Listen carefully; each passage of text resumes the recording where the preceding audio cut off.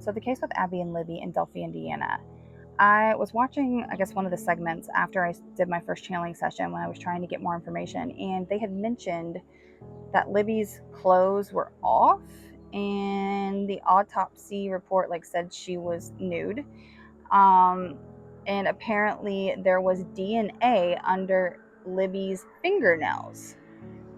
So I wanted to see if this was true, and I wanted to see about the DNA under the fingernails. So I'm going to go ahead and say here, this is for entertainment purposes only. This is just my spiritually channeled opinion. And I'm going to be reading from my channeled session. If you don't like that, scroll on. Otherwise, let's get into it. So, was Libby found nude? Yes, it is true. Libby's body was partially or fully unclothed at the time of discovery, but the removal of her clothing was not primarily sexual in motive. Rather, it was a domination-based act, a symbolic stripping of identity, power, and control, an attempt to render her vulnerable, silenced, and reduced. This action was premeditated, part of the person who did this psychosexual fantasy of control, but not in a full act of in the traditional legal sense.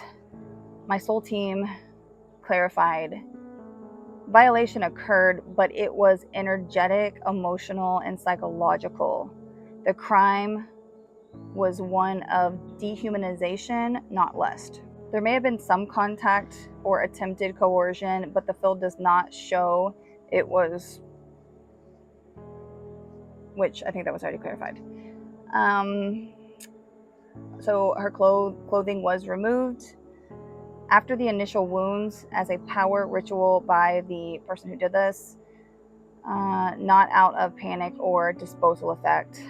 Likely followed a brief staging or observation, which I think we already learned that.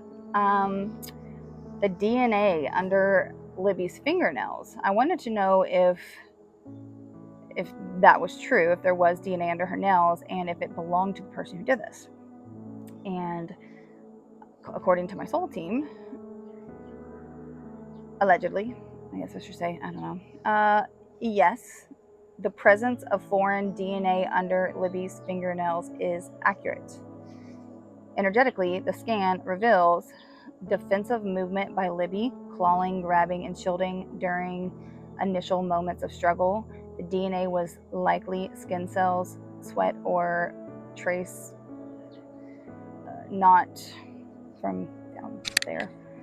Her final moments carried an imprint of fight, especially when she realized death was near.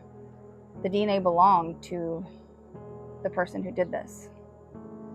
The soul field confirms the imprint matches the individual we've been tracking in earlier scans.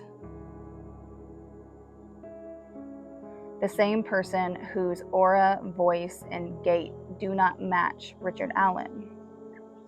The DNA has either been mishandled, degraded, or quietly discredited due to chain of custody, contamination doubts, or pressure to stick with the existing narrative.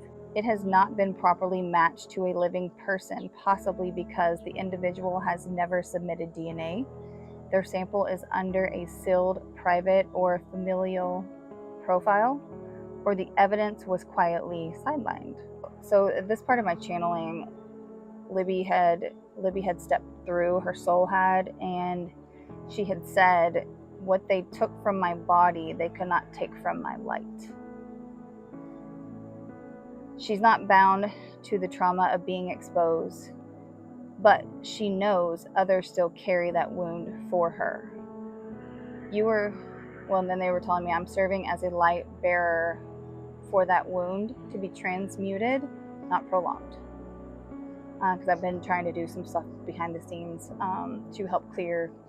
I work with souls and clearing stuff for them. So I was trying to assist them that way. Okay, so I think I'm going to leave this video here because it's getting too long. I have more information on this part, but I'm going to do it in the next video. Again, this is just my spiritually channeled opinion and theory. These are not facts from the case physically. So if you want to see that next video, then be looking for that next.